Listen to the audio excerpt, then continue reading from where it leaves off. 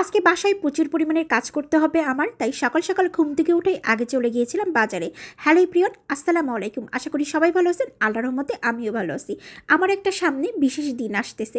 এই দিনটা আমি বিশেষ কিছু মানুষের সাথে কাটাতে চাই এবং তাদেরকে নিয়েই আমি আনন্দটা উপভোগ করব। তো সেই উপলক্ষেই চলে গিয়েছিলাম বাজার করতে। তো ফার্স্টে হচ্ছে 9.5 কেজি মুরগির মাংস নিয়ে নিছি।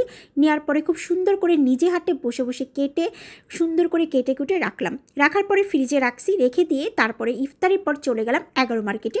নিয়ে যাবেন আমি এবং আমার এক বিশেষ মানুষকে নিয়ে। যার পরে এখানে দেখলাম যে ওয়ান টাইমের আমরা বাটিগুলো কিনবো। তো ওয়ান টাইমের বাটিগুলো আসলে বিভিন্ন রকমের সাইজের হয়ে থাকে। তো ভাবলাম যে আমরা একটা একটু বড় দেখে সাইজের নিব, যাতে সব খাবার খুব সুন্দর করে আটতেও পারে এবং একটু স্পেস থাকে, যাতে হচ্ছে হাত নাড়ায় খুব সুন্দর করে খাবারটা বাটির ভিতরে খেয়ে কমপ্লিট করতে পারবে। সো এই কথা চিন্তাভাবনা করে মেহজাবিনে বললো, হ্যাঁ মামনি, তোমার কথাটা ঠিক। আমি চলে আসছিলাম 11 মার্কেটে। 11 মার্কেটটা হচ্ছে পাইকারি মার্কেট, কম বেশি সব ধরনের জিনিস এখানে পাওয়া যাবে এবং একটু রিজনেবল প্রাইসে হয়। দেখা যায় 2 টাকা 3 টাকা সব কিছুই কম পাবেন, এক কথায় পাইকারি মার্কেট। তারপরে আঙ্কেল বাটি টাটি গুনে খুব সুন্দর করে সব কিছু আমাদের হাতে দিল। আমরা দামটা দিয়ে চলে আসলাম মুদিখানা দোকানে। মুদিখানা দোকানে আসার পরপরই লিস্টটা বাসা থেকে লিখে নিয়ে আসছিলাম। ভাইয়ের হাতে লিস্টটা ধরাই দিলাম। ধরাই দেওয়ার পরপরই উনি খুব সুন্দর করে সব কিছু আমাদেরকে কমপ্লিট করে দিল। দেওয়ার পরে লাস্টে আমি দারচিনি নিয়ে নিচ্ছিলাম। আমি যখন দারচিনি কিনি তখন ম্যাক্সিমাম সময় ইরানির এই দারচিনিটা কিনি, কারণ এই দারচিনিটা খাবারের ভিতরে আপনি অল্প একটু দিলেও ফ্লেভারটা অনেক দারুণ আসে। স্পেশালি গরুর মাংস, মুরগির মাংস, খিচুড়িতে দিলে দেখবেন খুব সুন্দর ফ্লেভার আসে। দাম বেশি হলেও জিনিসটা খুবই ভালো। তারপরে কেনাকাটা শেষ করে হিসেব করে সব কিছু টাকা দেওয়ার পরে চলে আসলাম পানি কিনতে। কারণ হচ্ছে খাবারের সাথে এক বক্স খাবার দিব, তার সাথে একটা করে তো পানি মাস্ট দিতেই হবে। তারপরে এখানে আদা, রসুন, পেঁয়াজ এগুলো কেনার জন্য চলে আসছি।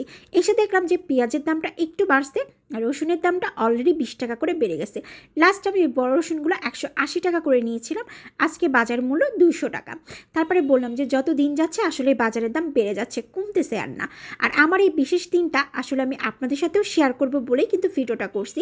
আগে আমার বিশেষ দিনগুলো আমি সহজেই শেয়ার করতাম না কারোর সাথে, তবে এবার করব।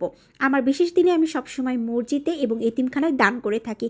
তবে এবার যেহেতু রমজান মাস পড়ছে, ভাবলাম যে এই রমজান মাসে একটু অন্যভাবে করি, যাতে সবাইকে নিয়ে করতে পারি এবং অনেক বেশি ভালোও লাগবে, নিজের মনে শান্তিও লাগবে। আমার তৌফিকে যতটুকু লাগবে ঠিক ততটুকুই আমি ওইভাবে করব।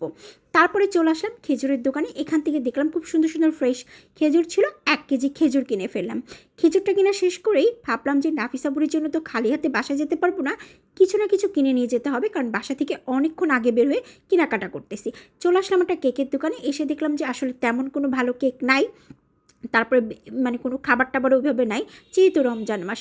তারপরে ছোট ছোট কাপ কেকগুলো নিয়ে বাসার দিক রওনা দিলাম। সবাই ভালো থাকবেন। আজকের ব্লগটি এই পর্যন্ত। কি, আল্লাহ হাফেজ।